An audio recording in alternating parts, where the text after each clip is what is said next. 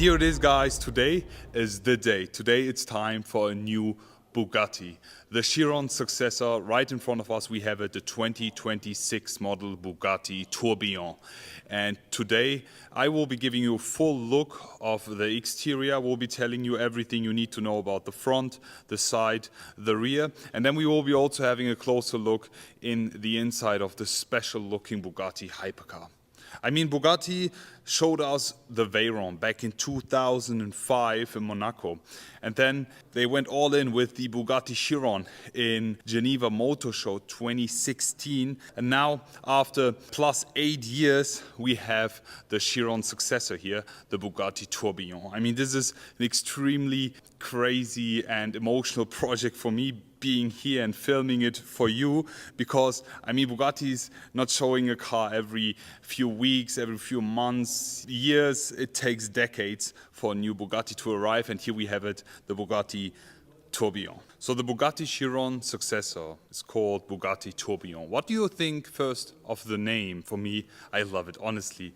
It's an amazing name, extremely cool fitting, especially when you see the inside of this all new Bugatti. This car comes also with a naturally aspirated V16, and now it's an 8.3 liter 16-cylinder engine, which is 1 meter long. It's extremely impressive. It's also exposed. We'll show you that in a minute. We gain 1,000 horsepower from the V16, and as you guys already know, the new V16 here is actually a hybrid one. It's a plug-in hybrid, which gives us another 800 horsepower and makes the Bugatti Tourbillon a 1,800 horsepower beast. We do the 0 to 100 sprint in less than 2 seconds. What's really interesting is that it's a plug-in hybrid, which can also do 60 kilometers pure electric driving. The VMAX is limited at 445 kph. They already have a price for the Bugatti Tourbillon, is 3.8 million euros. But when you see the car now,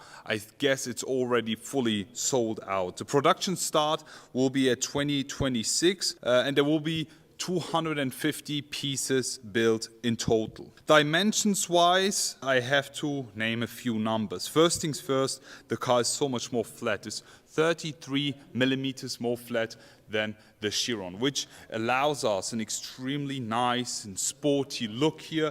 The inspiration they took from the Falcon, which is one of the fastest animals on Earth, and it's really impressive, especially the design philosophy and language here when you look at the front in general. The wheelbase has been extended, is plus 30 millimeters longer than the Chiron, but in general there is no carryover parts from the Chiron here at the Tourbillon. So let's get on and let's start with a tour of the exterior. And first things first, when you just face this new Bugatti, it's just so distinctive. It's extremely impressive the way they designed it. Just please pay attention to those headlights. These are by far one of the thinnest and most craziest production headlights I've ever seen. It's 12 millimeters high. Back then with the Chiron, they were I think 35 millimeters high, and the crazy thing is they thought that's the maximum, but 8 years later they came up with these. They look extremely impressive, super distinctive, also the way they shape the body and the design language with all these lines, with the intakes here is aero improved. As I mentioned, the car is way more flat than the Chiron. All these intakes here, full carbon fiber exposed. We have the Bugatti, the iconic center line here, just starting from the grille all around the body, which makes this car extremely special in my eyes. The exterior paint is called blue Arolid. You can see here in the front is a light one, and in the back is more darkish. It's honestly, it's not really describable. It's a very light silver blue-ish, greenish tone, but I'm a huge fan of it, and it makes the car look extremely elegant but still super luxurious. I am a huge fan, especially here from the side profile of the new Bugatti Tourbillon, because there's something that Bugatti has done again, and it's the C shape here on the side, which makes a Bugatti a Bugatti. For me personally, this is my main highlight here, also underlined, as you can see here, this brush finish here. We have the amazing shaped shoulders here, the stance of the car, the appearance is perfect in my opinion. We have these new 20-inch Bugatti Tourbillon wheels here, as you can see. The carbon ceramic brakes hiding right behind, full silver finish, extremely elegant and nice looking car. In the back right over here, we have a 21-inch multi-spoke wheels here, yet again with the carbon ceramic brakes hiding right behind. Is super special. Before we start talking about the inside, let me also show you the rear, because this is crazy. The Bugatti Tourbillon, ladies and gentlemen. What do you think about this? First things first, let me show you the engine, because this is the V16 engine. I mean, they've already communicated that the Chiron successor will be coming with the V16, and with Rimac also taking part, especially on the electric drivetrain with this, I think that this car will be extremely impressive. Yet again, Bugatti holding on the 16-cylinder, and Rimac doing what they can do best, here electrifying the Bugatti Tourbillon. You have a straight view on the V16 here, is 1 meter long. Extremely crazy. We have this center line here. Also the brake light is pretty impressive to have that. We have the rear spoiler here, which can be extended, or as you already know with the Chiron, can be used as an air brake. So let me also talk about the tail lights here, because they look extremely impressive. You can see these LED elements, especially when you put on the indicator, these small little pins. I mean, we've seen that on the Bugatti Divo, for example, or the shape of the car in general reminds me of the Mistral. Also something really impressive, the brake lights here with the center piece here.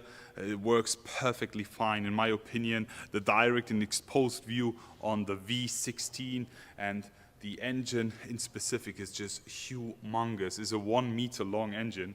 A lot of carbon fiber exposed. I mean, the entire body is full carbon fiber, as you guys know, but it's been painted, looks really cool. We have the additional rear spoiler here, which can be extended, but in my opinion, the Bugatti always looks perfect without putting it out. Huge fan of that. Something that I have to mention before continuing with the inside, the rear diffuser is one of a kind. I mean, in general, the way they shaped it is just a revolution, the way they did it. This is even something that Bugatti has a patent on, because this is F1 technology.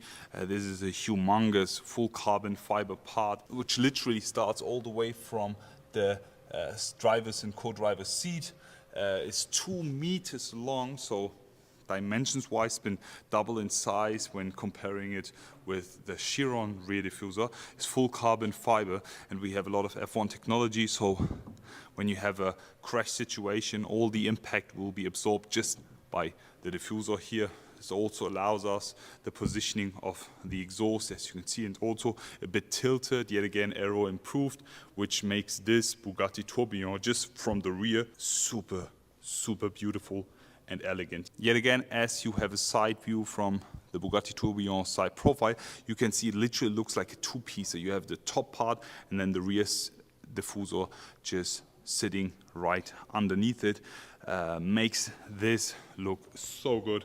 I'm a huge fan of it. What do you guys think of the rear? So now it's time to talk about the inside, but first things first, guys, look at this. We have flying doors on a Bugatti hypercar. The Tourbillon actually comes with these doors, but I mean, there is a reason why Bugatti used these doors. It's to first make the entrance way easier inside the cockpit, as you can see here, because the door is actually connected with the roof here, so you have plenty of space and an extremely easy entrance.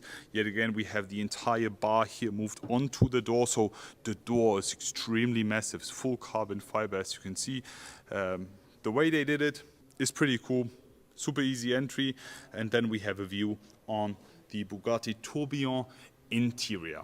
For me personally, I think the outside is an evolution, but from the inside it's a revolution, because there's so many cool things that I have to mention. First things first, Bugatti going the traditional way of making things, and there's one simple feature that I have to show you before concentrating on all the other things. Have a look on this. So as you guys see, this is the coolest thing I've seen.